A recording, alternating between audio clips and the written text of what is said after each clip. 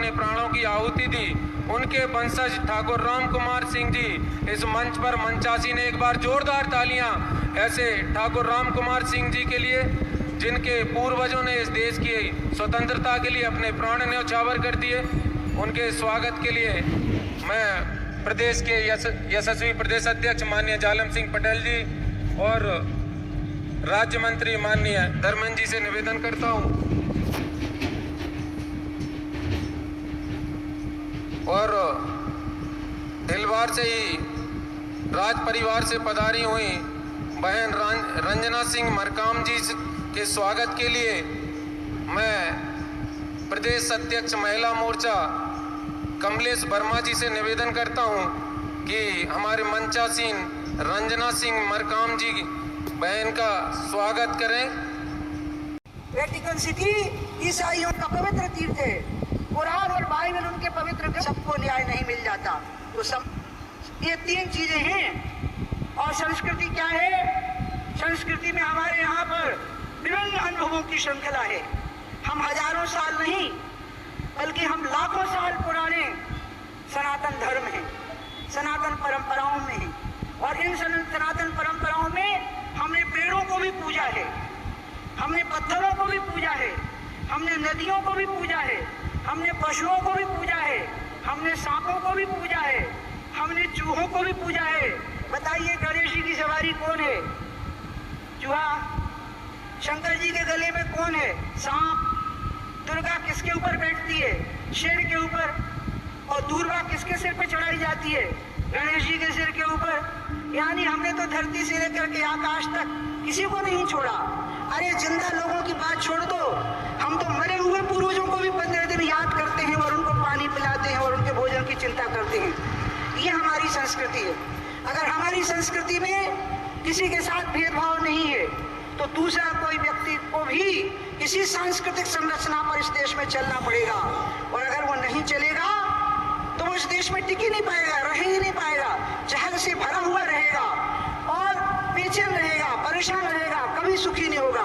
उसके गरीबी और उसके अभाव कभी दूर नहीं होंगे और वो वोट के भूखे, नेताओं की वोट की भूख का शिकार होता रहेगा। इसलिए मैं अपील करूंगी कि जिस आजादी के लिए बहुत बड़ा संघर्ष हुआ और दूसरी आजादी के लिए भी बहुत बड़ा संघर्ष हुआ, आज ये आजादी अगर हमारे हाथ में आ गई है तो अब इस आजादी को तीसरी आजादी के लिए तैयार करो। और वो तीसरी आजादी क्या है?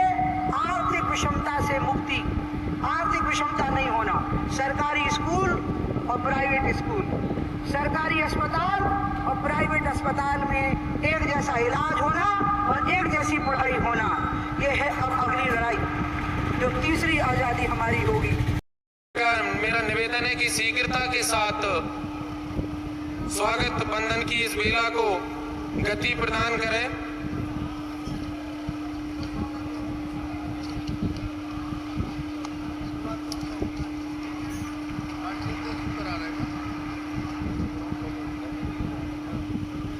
माननीय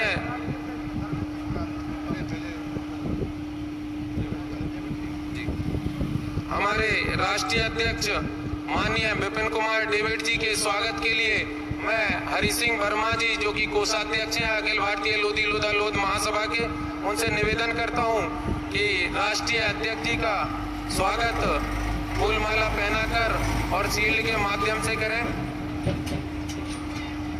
अखिल भारतीय लोधी लोधा लोध मंत्री स्वतंत्र प्रभार हैं, उनके स्वागत के लिए मैं युवा मोर्चा के प्रदेश अध्यक्ष सरबीर सिंह जी से निवेदन करता हूं कि वह हमारे माननीय राज्य मंत्री स्वतंत्र प्रभार माननीय धर्मेंद्र भाव सिंह लोधी जी का स्वागत करेंगे। शीघ्रता के साथ जोरदार तालियां होती रहे। यह आयोजन इन्हीं मंचासीन महापुरुषों और हमारे जनप्रतिनिधियों को लेकर सजाया गया है, तो ऐसे अतिथियों की बंधन में जोरदार तालियां बजती रहे।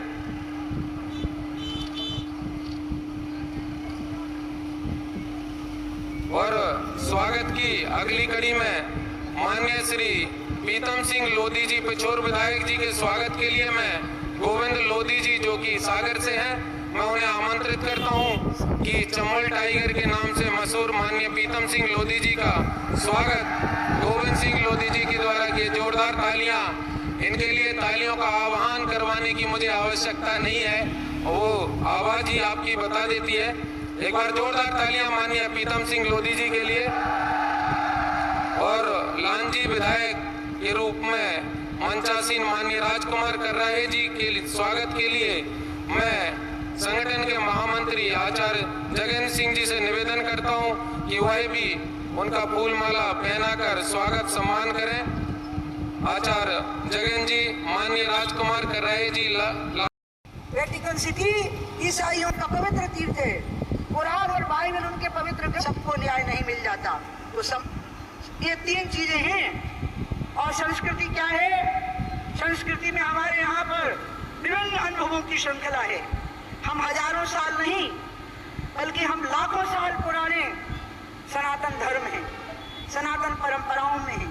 और इन सनातन परंपराओं में हमने पेड़ों को भी पूजा है, हमने पत्थरों को भी पूजा है, हमने नदियों को भी पूजा है, हमने पशुओं को भी पूजा है, हमने सांपों को भी पूजा है, हमने चूहों को भी पूजा है। बताइए गणेश जी की सवारी कौन है? चूहा। शंकर जी के गले में कौन है? सांप। दुर्गा किसके ऊपर बैठती है? शेर के ऊपर। और दूर्वा किसके सिर पे चढ़ाई जाती है? गणेश जी के सिर के ऊपर। यानी हमने तो धरती से लेकर के आकाश तक किसी को नहीं छोड़ा। अरे जिंदा लोगों की बात छोड़ दो, हम तो मरे हुए पूर्वजों को भी 15 दिन याद करते हैं और उनको पानी पिलाते हैं और उनके भोजन की चिंता करते हैं। ये हमारी संस्कृति है। अगर हमारी संस्कृति में किसी के साथ भेदभाव नहीं है तो दूसरा कोई व्यक्ति को भी किसी सांस्कृतिक संरचना पर इस देश में चलना पड़ेगा। और अगर वो नहीं चलेगा तो वो इस देश में टिक ही नहीं पाएगा, रह ही नहीं पाएगा, जहर से भरा हुआ रहेगा और बेचैन रहेगा, परेशान रहेगा, कभी सुखी नहीं होगा। उसके गरीबी और उसके अभाव कभी दूर नहीं होंगे और वो वोट के भूखे नेताओं की वोट की भूख का शिकार होता रहेगा। इसलिए मैं अपील करूंगी कि जिस आजादी के लिए बहुत बड़ा संघर्ष हुआ और दूसरी आजादी के लिए भी बहुत बड़ा संघर्ष हुआ, आज ये आजादी अगर हमारे हाथ में आ गई है तो अब इस आजादी को तीसरी आजादी के लिए तैयार करो। अब वो तीसरी आजादी क्या है? आर्थिक विषमता से मुक्ति। आर्थिक विषमता नहीं होना। सरकारी स्कूल और प्राइवेट स्कूल, सरकारी अस्पताल और प्राइवेट अस्पताल में एक जैसा इलाज होना और एक जैसी पढ़ाई होना, ये है अब अगली लड़ाई जो तीसरी आजादी हमारी होगी।